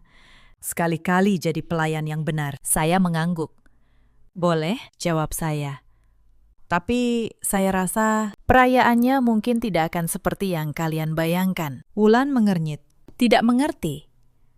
"Maksudnya apa, Mbak?"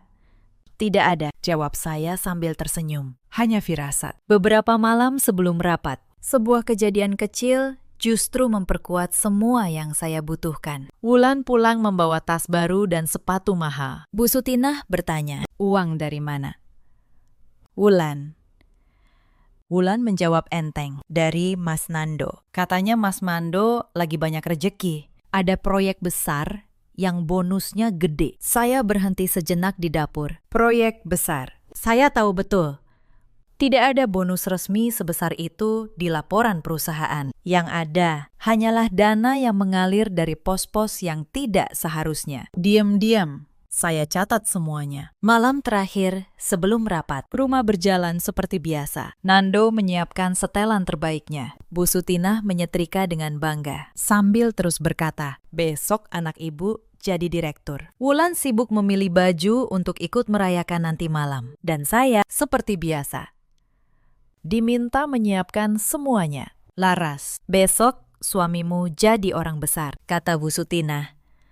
Untung dia mau menampung kamu di rumah ini. Saya hanya mengangguk. Saya bilang, iya, Bu, besok pasti jadi hari yang tidak akan terlupakan.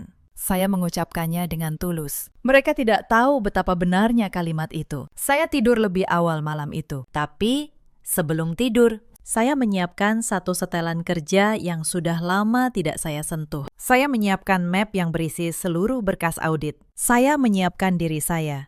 Bukan untuk menjadi pembantu, tapi untuk kembali menjadi diri saya yang sebenarnya. Pagi itu datang seperti pagi-pagi yang lain. Nando bangun dengan semangat. Ia memakai setelan terbaiknya, dasi yang saya setrikakan kemarin. Ia berkaca lama sekali, tersenyum pada bayangannya sendiri. Hari ini, katanya pada bayangan di cermin, semua orang akan tahu siapa saya. Bu Sutinah mengantarnya sampai pintu, mendoakan dengan suara melengking. Wulan melambai sambil berkata, sukses ya. Mas, Nando melirik saya sekilas. Jaga rumah baik-baik, katanya. Hari ini bukan hari untuk orang sepertimu. Lalu, ia pergi dengan dada membusung. Saya menunggu sampai pintu pagar tertutup. Lalu, saya masuk ke kamar. Saya lepas daster yang sudah 2 minggu menjadi seragam saya. Saya kenakan setelan kerja yang rapi. Saya rapikan rambut. Saya tatap diri saya di cermin. Dan untuk pertama kalinya, dalam 2 minggu, saya melihat Larasati yang dulu. Auditor senior. Perempuan yang membangun dirinya sendiri. Perempuan yang tidak pernah benar-benar hilang. Hanya disembunyikan untuk sementara. Saya menarik napas panjang. Bayangan 2 minggu terakhir berkelebat di kepala saya. Surat yang dipaksakan. Nampan yang ditertawakan. Demam yang diabaikan. Semua itu hari ini akan menemukan jawabannya. Saya ambil map berisi berkas audit. Saya genggam erat-erat. Saya keluar dari rumah itu lewat pintu depan, tanpa menunduk. Bu Sutinah memanggil dari ruang tamu. Mau kemana kamu? Laras. Saya hanya menjawab, ke kantor. Bu. Lalu, saya tutup pintu di belakang saya. Di perusahaan logistik itu, ruang rapat direksi sudah hampir penuh. Para pemegang saham hadir. Dewan komisaris hadir. Para kepala divisi duduk di kursi mereka, termasuk Nando. Ia duduk di barisan tengah. Masih dengan dada membusung, ia berbisik pada rekan di sebelahnya. Hari ini, giliran saya naik. Ia melirik kursi paling depan, kursi direktur utama yang masih kosong. Ia membayangkan dirinya duduk di sana. Ia tidak tahu, kursi itu sudah ada pemiliknya. Rapat dibuka oleh Pak Dharma. Hadirin yang terhormat, kata beliau. Hari ini, kita akan mengumumkan 2 hal penting. Pertama, hasil audit internal atas divisi operasional. Kedua, penunjukan direktur utama yang baru. Ruangan mulai berbisik. Nando memperbaiki duduknya. Tersenyum percaya diri. Ia bahkan merapikan dasinya. Bersiap untuk dipanggil ke depan. Di kepalanya, mungkin sudah tersusun pidato kemenangan yang ia latih di depan cermin. Pak Dharma melanjutkan, sebelum kita bahas masa depan, kita harus pastikan dulu siapa yang akan memimpinnya. Izinkan saya memperkenalkan direktur utama kita yang baru. Beliau adalah auditor senior dengan rekam jejak yang sangat bersih. Seseorang yang integritasnya sudah teruji selama bertahun-tahun. Pintu ruang rapat terbuka, dan saya melangkah masuk. Saya berjalan menuju kursi paling depan dengan tenang. Setiap langkah saya terdengar jelas di ruangan yang mendadak sunyi. Saya merasakan puluhan pasang mata menatap saya, tapi hanya ada satu pasang mata yang saya cari. Mata Nando. Saat tatapan kami bertemu, wajahnya berubah. Dari penuh kebanggaan menjadi pucat pasi. Senyumnya runtuh, tubuhnya seketika kaku. Perempuan yang semalam ia suruh menjaga rumah, pagi ini berdiri di depan, di kursi yang ia impikan. Selamat pagi, semuanya. Kata saya, tenang. Nama saya Larasati. Mulai hari ini, saya menjabat sebagai direktur utama perusahaan ini. Bisikan memenuhi ruangan. Beberapa kepala divisi saling pandang. Seorang manajer di sudut ruangan berbisik. Bukankah itu istri Pak Nando? Yang lain menjawab pelan. Katanya, ia berhenti kerja beberapa minggu lalu. Suara-suara itu beradu di udara. Tapi saya tetap berdiri tegak. Nando berusaha bangkit dari kursinya. Mulutnya bergerak tanpa suara. Saya menatapnya sekilas, lalu mengalihkan pandangan. Saat ini, ada hal yang lebih penting dari urusan pribadi. Saya membuka map di tangan saya. Sebelum kita membahas masa depan perusahaan, kata saya, kita harus menyelesaikan masa lalunya. Saya letakkan berkas audit di atas meja. Berdasarkan hasil audit internal yang dilakukan Dewan Komisaris, ditemukan serangkaian penyimpangan anggaran di divisi operasional. Saya mulai membacakan satu persatu. Pengeluaran fiktif untuk proyek yang tidak pernah berjalan. Tagihan vendor yang digelembungkan jauh di atas harga wajar. Dana operasional yang dialihkan untuk kepentingan pribadi. Setiap kalimat yang saya bacakan membuat ruangan semakin sunyi. Saya mengangkat kepala. Dan dalam dokumen ini, kata saya, ada satu nama yang muncul berulang sebagai penanggung jawab seluruh penyimpangan tersebut. Saya menatap lurus ke arah Nando. Saudara Nando, kepala bagian operasional. Seluruh kepala menoleh ke arahnya. Nando berdiri. Wajahnya merah, lalu pucat bergantian. Ini fitnah, teriaknya. Kamu cuma istri yang sakit hati. Saya tidak meninggikan suara. Saya hanya berkata, semua angka ini ada bukti transaksinya. Setiap rupiah ada jejaknya. Saya keluarkan dokumen berikutnya. Ini bukti transfer dana proyek fiktif ke rekening pribadi. Ini kwitansi pembelian barang mewah yang dibebankan ke biaya operasional. Saya sebutkan satu persatu dengan tanggal, dengan jumlah, dengan nomor rekening. Nando masih mencoba melawan. Itu semua bisa dijelaskan, katanya. Suaranya mulai gemetar. Kalau begitu, jelaskan. Jawab saya tenang. Jelaskan pada Dewan, kemana perginya dana proyek senilai ratusan juta yang tidak pernah ada wujudnya. Jelaskan, kenapa nomor rekening penerima dana itu atas nama adik kandung Anda sendiri. Ruangan langsung riuh. Nando terdiam. Wajahnya yang tadi penuh kemarahan, kini hanya berisi ketakutan. Karena ia tahu, ia tidak punya jawaban. Setiap kebohongan yang ia bangun selama ini, kini berdiri telanjang di depan semua orang. Para komisaris menggeleng. Beberapa mencatat. Pak Dharma menatap Nando dengan kekecewaan yang dalam. Saya percaya setiap orang berhak melakukan kesalahan, kata saya pelan. Ruangan tetap sunyi. Tetapi setiap kesalahan juga punya konsekuensi. Saya berhenti sejenak, dan perusahaan ini tidak akan pernah memberi toleransi pada penyalahgunaan kepercayaan. Beberapa anggota direksi mengangguk setuju. Pak Dharma mengangkat suara. Saya sudah mengenal perusahaan ini puluhan tahun, katanya.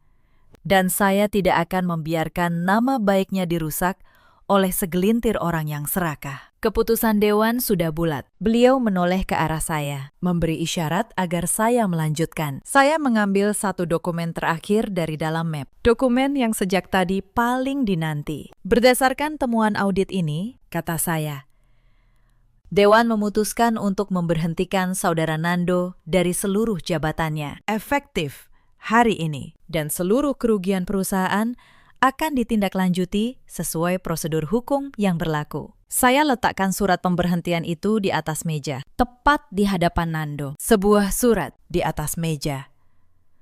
Ditandatangani dengan tenang. Persis seperti malam itu. Hanya saja, kali ini, bukan saya yang dipaksa menandatanganinya. Nando menatap surat itu. Tangannya gemetar. Laras, katanya.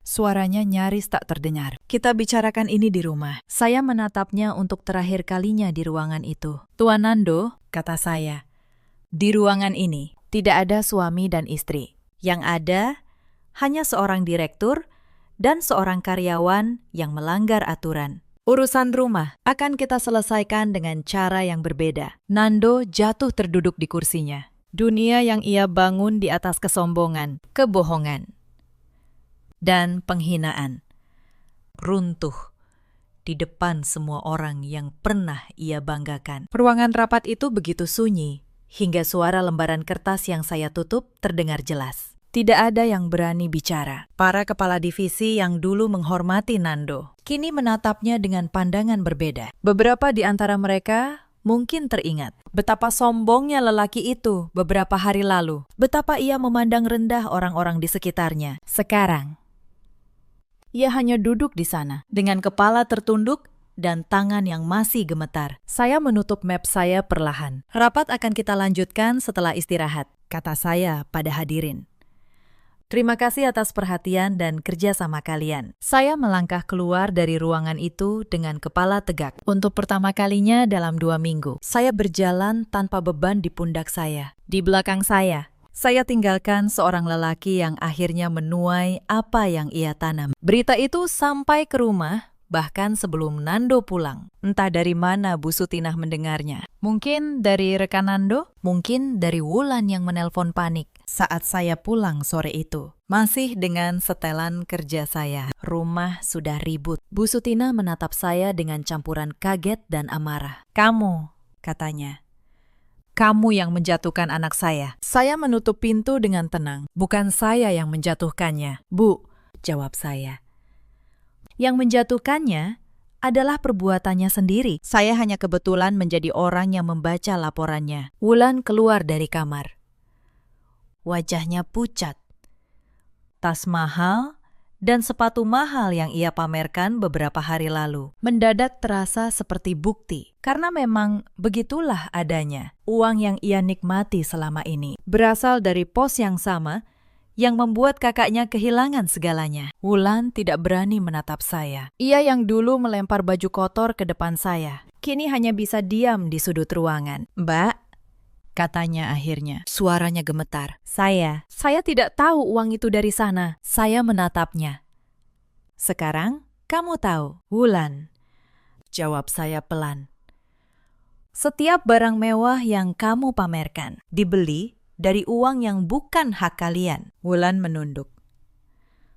Air matanya mulai jatuh. Untuk pertama kalinya, ia tidak punya kata-kata untuk mencibir. Nando pulang menjelang malam. Ia tidak lagi membusungkan dada, bahunya turun.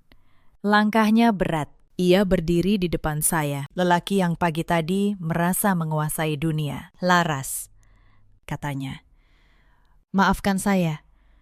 Saya hilaf. Saya menatapnya lama. Saya tidak merasakan kemenangan. Saya hanya merasakan lelah yang panjang, akhirnya menemukan ujungnya. Ia mencoba mendekat, suaranya memohon. Kita bisa mulai lagi dari awal, katanya. Seperti dulu, kamu yang menemani saya. Kita bangun semuanya bersama. Saya menggeleng pelan. Dulu, kata saya.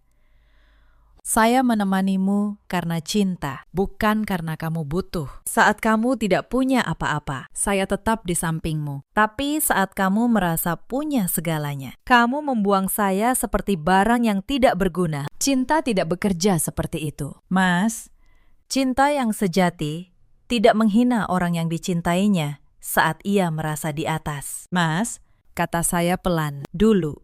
Saya menggenggam tanganmu saat kamu bukan siapa-siapa. Saya tidak pernah malu pada pekerjaanmu, sekecil apapun itu. Tapi begitu kamu punya jabatan, kamu malu punya istri seperti saya. Kamu menukar harga diri saya dengan gengsimu. Yang membuat saya pergi bukan kegagalanmu, Mas, tapi caramu memandang rendah orang yang paling mencintaimu. Saya tidak berteriak, saya tidak menangis. Saya hanya meletakkan surat lain di atas meja. Kali ini, surat dari saya sendiri. Surat permohonan cerai. Saya sudah memutuskan, kata saya. Bukan karena kamu kehilangan jabatan, tapi karena kamu sudah lama kehilangan dirimu jauh sebelum hari ini. Malam itu, untuk pertama kalinya.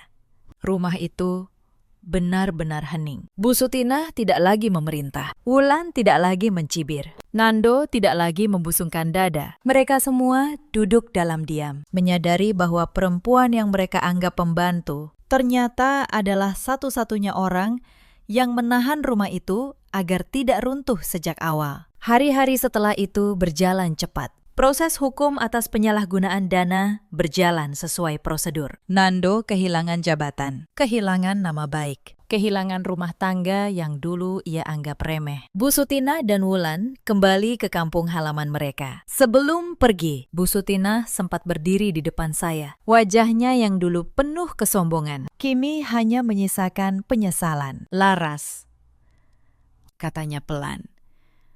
"Ibu minta maaf. Ibu salah menilaimu selama ini." Saya menatapnya beberapa saat. "Saya tidak menyimpan dendam, Bu," jawab saya.